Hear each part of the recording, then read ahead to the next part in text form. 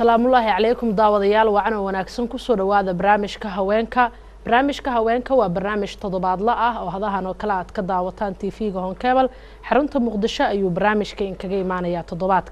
toddobaadkan barnaamijka waxa marti ugu ah Marwa Seenab Maxamed Xasan oo ah gudoomiyaha kacdoonka sinaanta jinsiga Soomaaliyeed Marwa ku soo dhawo barnaamijka aad iyo aad ayaa u mahadsantahay ugu horeen waxa faahfaahin naga siisaa kacdoonka jinsiga waqtigii la aasaasay iyo waxyaabaha uu qabto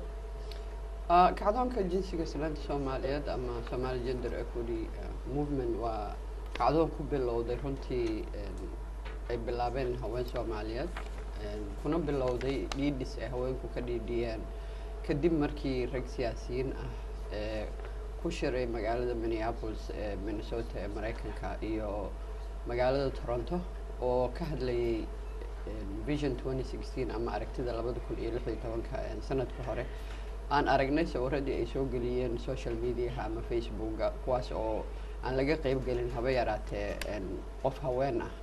marka sidaa daraadeed ayuu ku aasaasmay oo aan niri annagana waxaan sameysanaynaa kacdoon oo annagana maaragtay haweenka Soomaaliyeed oo Vision 2016 ku aadan sidii ayaan waxaan ku furay group page ama Facebook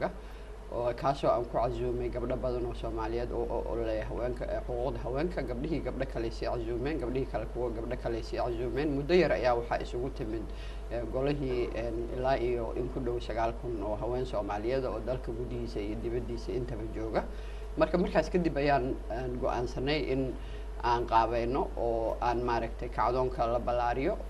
wadanka gudihiisa iyo hawlo badan laga qabto oo loo ololeeyo xuquuqda haweenka marka sidaas ayuu ku bilowday ilaa iyo sanadka horena waan soo wadnay hawshaan oo waxaan sharar badanna waan qabanay oo aan ku qabanay marka hore aan ku daahfurnay magaalada Minneapolis 2015 bishii June kadibna inta aan ku qabanay laba shirka ugu dambeeyayna waxay la tahay in aad socotaan oo laba usbuuc ka hor aan ku qabanay magaalada Muqdisho oo ah shir weyn oo runtii aan iska kaashanay waliba hay'ado kale waxa tahay gudoomiyaha iyo asaasaha kacdoonka sinaanta jinsiga Soomaaliyeed maxaa kugu dhaliyay inaad asaasid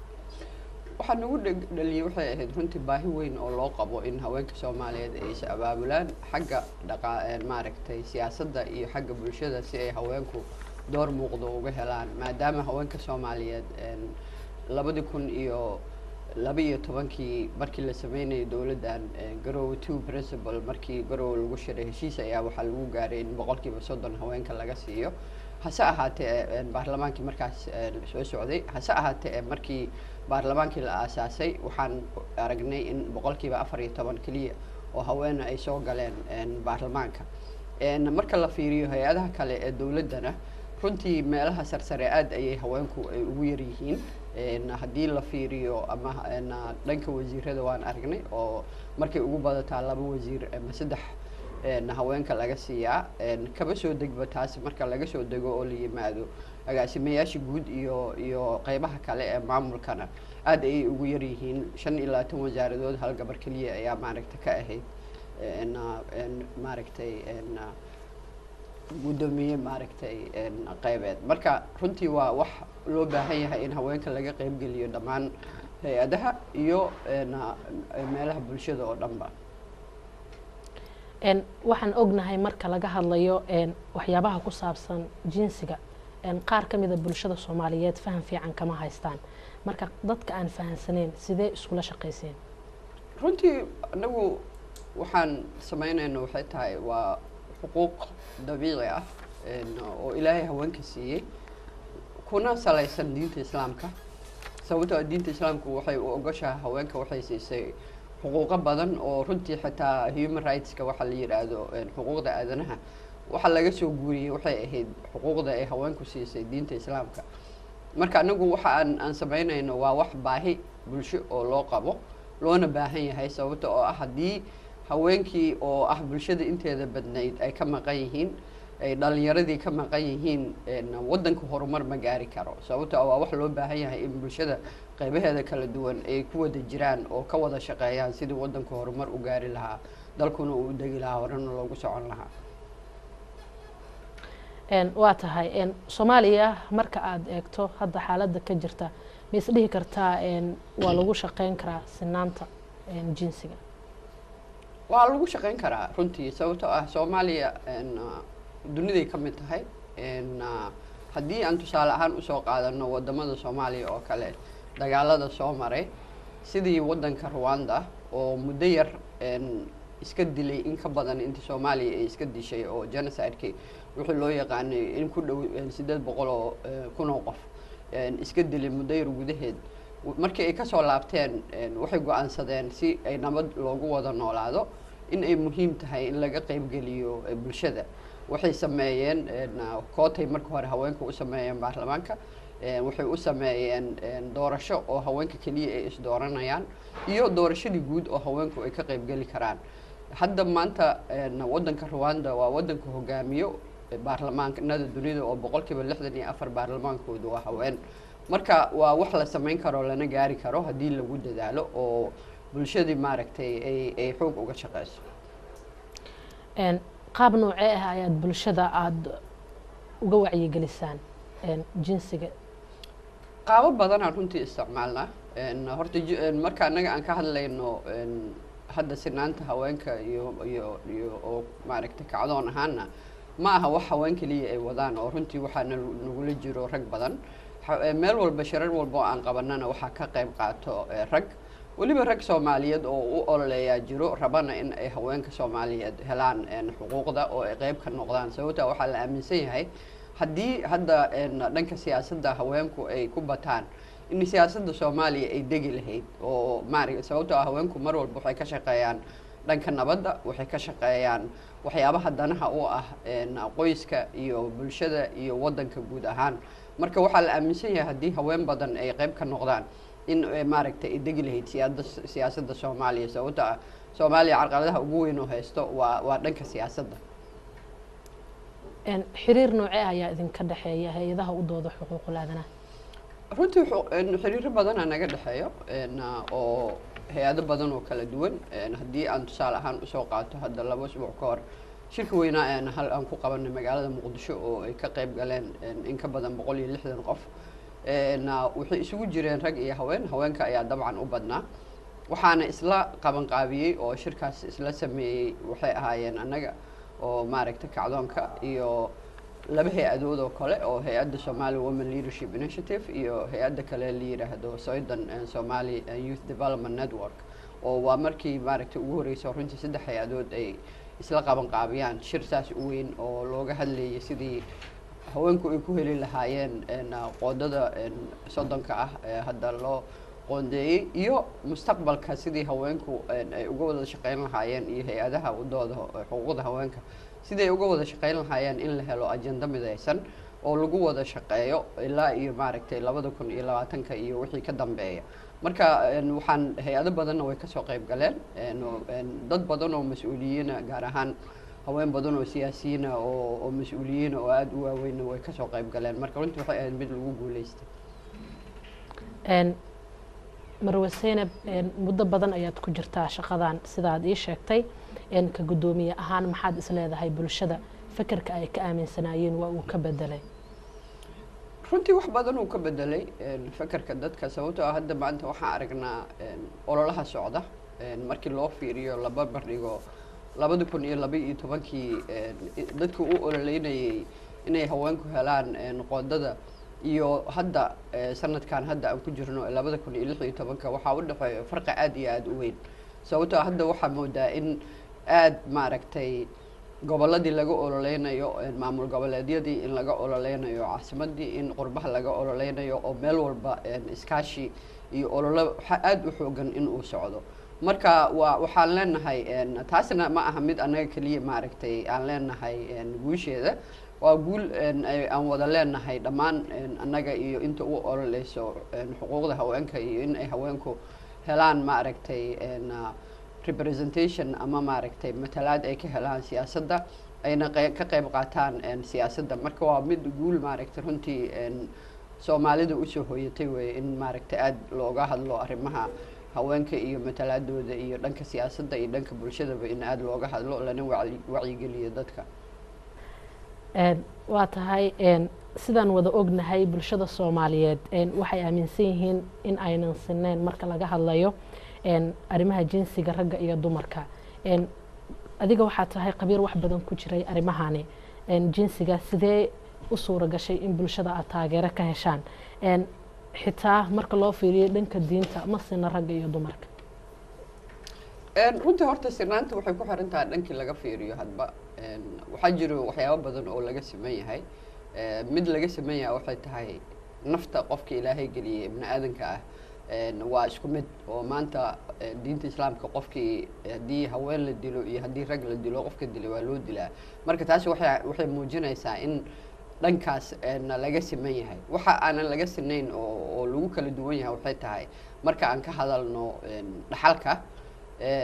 iyo maaragtay marka laga hadlo markhaatiga taasaana runtii lagu saleeyaa sinaanta marka ay dadku ka fiirinayaan dhinacyo badan laakiin marka laga hadlayo xuquuqda kale ee guud ee aadanaha ama ha noqoto dhanka shaqada waa wax loo siman yahay way jirtaa waxyaabaha haweenka ay diintu diin ahaan aysan qaban karin sida inay nacam imaam noqoto oo dad dujiso laakiin taas macnaheedu maaha inaysan haweenku mas-uuliyad kale aysan qaadi karin marka runtii sinaanta aan ka hadlayno waxay tahay mid bulsho oo ma aha tii ama maaragtay dhaxalka ama wax diinta nacam ay ka mamnuucday haweenka anagu maba rabnaba in aan helno laakiin xuquuqda aan raadinayno iyo waxa aan u hadlayno waxay tahay in wixii diinta islaamka haweenka ay siisay in aan laga hor istaagin oo ay helaan sidii ilaahay maaragtay ugu talagalay oo diinta islaamka ay xuquuq ahaan u ogolaatay in taasi la xoojiyo oo horumar si ay bulshada u gaarto sababtoo ah waa ognahay marka la fiiriyo dhanka diinta haween badan ayaa waqtigii rasuulka calayhi salaatu wasalaam u noolaa ka qayb galay oo qayb ka ahaa oo maamulka wax ka sameynayay oo dadka wax barayay oo waxyaabo badan shaqooyin fara badan oo kala duwan ayay haweenka islaamka weligoodba qaban jireen marka ma aha in diinta marmarsimo laga dhigto si haweenka maaragtay loo faquuqo ama loogu diido xuquuqdoodii marka waa mid wax u baahan in bulsho ahaan aan horta fahamno diinteena iyo waxa ay ogashahay maaha macnaheedu marka la yiraahdo xuquuqda jinsi marka la leeyahayna maaha mid haweenka kaliya u gaaro xuquuqda aan ka hadlayno waa xuquuqda ragga iyo haweenka labadaba laakiin anaga dhanka oo aan u ololeynayna waxa u badan haweenka toodii sababtoo ah haweenka ayaanan haysanin xuquuqdii ay lahaayeen in laga qayb geliyo in ay wadankii u shaqeeyaan haddii aan fiirino tusaale ahaan dhanka shaqada maanta marka aan fiirino shaqooyinka la qabto shaqooyin badan oo waxaa jiro haweenku ay qabtaan oo shaqo ahaan raggu uma diidan haweenka inay shaqeeyaan haddii dariiqyadan amarno bensiinka dadka dariiqa ku gado oo qorxada la taagan oo baabuurta ku shubaya waxa u badan waa haween marka la fiiriyo dhanka nadaafadda oo dariiqyada xitaa la nadiifinayo waxa u badan waa haween marka la fiiriyo xafiisyadii nadaafadoodii iyo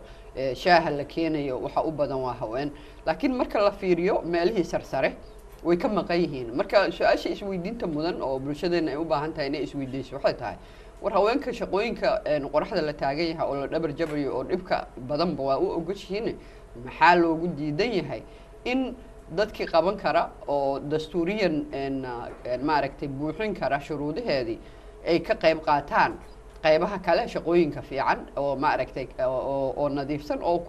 ku salaysan in miiskii la wada fariisto go-aanada lagu gaarayay in shuruucdii wadanka wax laga sameeyo oo gabdhihii aad bay wax u barteen hadda oo runtii waxaa batay gabdho badan oo aqoon-yahano ah gabdho khibrad leh oo soo shaqeeyey oo kasoo shaqeeyey dunida dacladeeda marka maxaa loo diidaa in laga faa'iidaysto haweenkaas aqoonta iyo khibradda leh in ay ka qayb qaataan haddii aan tusaale ahaan usoo qaadano markii hadda Kenya iyo Soomaaliya laga hadlayay arrimaha badda oo maxkamadda dunida la tagay Soomaaliya qofka mathalayay oo u hadlayay waxay ahayd gabar Soomaaliyeed oo looyarad ah ama qareen ah marka sidaas oo kale maxaa looga faa'iideysan lahayahay haween badan oo gabadhaas oo kale ah ayaa jiro oo qaybo kala duwan bartay ku soo shaqeeyay marka haddii la yiraahdo haweenkii aqoonta lahaa ee khibradda lahaa kama qayb gelinayno sidee Soomaaliya horumar ku gaari kartaa marka waa inaan isweydiino ma waxaan rabnaa anagu inuu wadanku horumar gaaro oo nabad la helo oo horey loo dhaqaaqo oo wadankii ay helaan maaragtay caruurtii Soomaaliyeed iyo dadka Soomaaliyeed shaqooyin sababtoo haddii maanta gabdhaha Soomaalida ay soo galaan baarlamaanka mushaarka ay ka qaataan waxay u badan tahay inay dhowr qoys ay ka biisho in caruurtii walaalaheed dhaleen iyo iskuul la geyso oo ka bixiso fiigii ama lacagtii ay iskuulka ku dhigan lahaayeen ama jaamacadda ku dhigan lahaayeen marka waxaan aaminsanahay haddii haweenku ay shaqooyin fiican helaan in nolosha bulshada iyo dhaqaalaha bulshada lafteeda uu kor usoo kacayo taas oo keenayso nabad iyo maaragtay iyo horumar waa tahay yaa inka garabsiiya arrimahan runtii annaga ilaa iyo hadda waxaan u malaynaya garabsiinta waxaa ka hadlaysid waxay tahay dhanka dhaqaalaha yaa inka taageero cid naga runtii dhaqaalana siisay annaga ilaa iyo hadda oo hay-ad ama international ma jirto laakiin waxa aan ku dhaqdhaqaaqno waxaan ka qaadnaa ka ururinaa dadka Soomaaliyeed ama ha noqdeen rag iyo haweenba ganacsatada dadka maaragtay shaqaalaha ah ee shaqeeya oo aqoon-yahanada ah dhaqaalaha runtii ugu badan waxaan ka ururinay dibadda dadka Soomaaliyeed ee joogo marka anagu ma ahin hay-ad ama lacag la siiyay oo ama ka dalbaday hay-adaha caalamka marka anagu waxaan nahay iska u qabsan ku shaqeynaa oo cidna mushaarna ma siiso laakiin waa wax aan go'aansanay in aan sameeyno oo naga go'an runtii si aan hore u marino maaragtay arrimaha haweenka Soomaaliyeed oo helaan xuquuqdii ay lahaayeen oo ku lahaayeen dalkooda iyo dadkoodaba marka waa runtii wax iska wax u qabsaa oo anagoo aan wadno waana gabdho badan oo Soomaaliyeed oo qaarna wadanka joogaan qaarna dibadda joogaan ayaana hawshan wado oo maaha hawl ku kooban shakhsi iyo labo waa gole afkaarta la isku dhaafsado guud ee wadanka iyo gaar ahaan waxyaabaha la xiriiro haweenka intaba marka runtii waa hawl oo maaragtay socota anaga dhanka waxaan waliba aad ugu xooganahay waxaan loo yaqaan social media oo ama ha noqoto Twitterka ama ha noqoto Facebook ama ha noqoto Instagram waxyaabo badan aan isticmaalnaa YouTube aan isticmaalnaa si bulsho badan ay u gaarto afkaartii iyo waxyaabihii loo baahnaa inay ogaadaan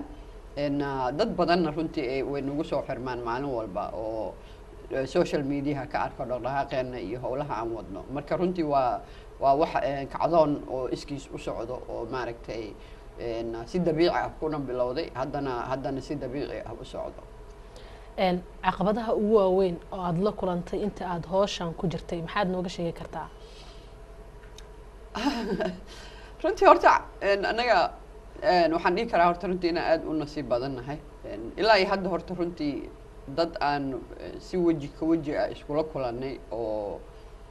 diidan waxa aan wadno inay una arko inay isan xaq ahayn horta ilaa iyo hadda ma arkin way jiraan marmarka qaar markii waxyaabo videoyaal ama wax aan gelino social media in dad badan ay comments aanan fiicnayn ay ku qoraan iyagoo leh maaragtay gaala soo dirtay waxaan waa dhaqan gaaleed waa maaragtay haween guryahoodii ka soo tegay waxyaabo noocaas laakiin ma aha runtii wax oo anaga wax noo dhimo sababtoo bulshada inteeda badan wayna taageersan tahay wayna na garab istaagan tahay marka inta yar aanan maaragtay u arko in ay qalad tahay in haweenku ay 30% ay helaan oo kale tusaale ahaan haddaan usoo qaadano 30% wax badan maaha raggu waxay haystaan 70 kaas waliba haweenka waa haween isugu jiro haween iyo dhalinyaro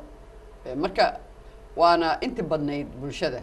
waxa laga yaabaa hadda 70% kaas ay haystaan ragga in dhalinyarada ragga ah ay ka helaan wax yar oo ama 5 ama 10 haday ugu bataan ay ka helaan inta kale waxa qaadanaya waxay tahay rag marka na isweydiino waa xaq ma tahay in minority iyagoo ah sababta marka la isku daro dhalinyarada iyo haweenka aad ugu tira badan yihiin ragga waaweyn marka xaq ma tahay in intii yareyd bulshada ay 100% maxaa la yiraahdaa 70 ama 65 hadii dhalinyarada xitaa 5% ay ka siiyaan mana u malaynaya inay xitaa 5% ka siinayaan dhalinyarada ragga marka taas xaq ma tahay inaan isweydiino waa taas marka waxyaabahaas marka dadku way garowsadaan marka dambe marka hore laakiin waxa waaye waxaan emotionka la yiraahdo ama caadifad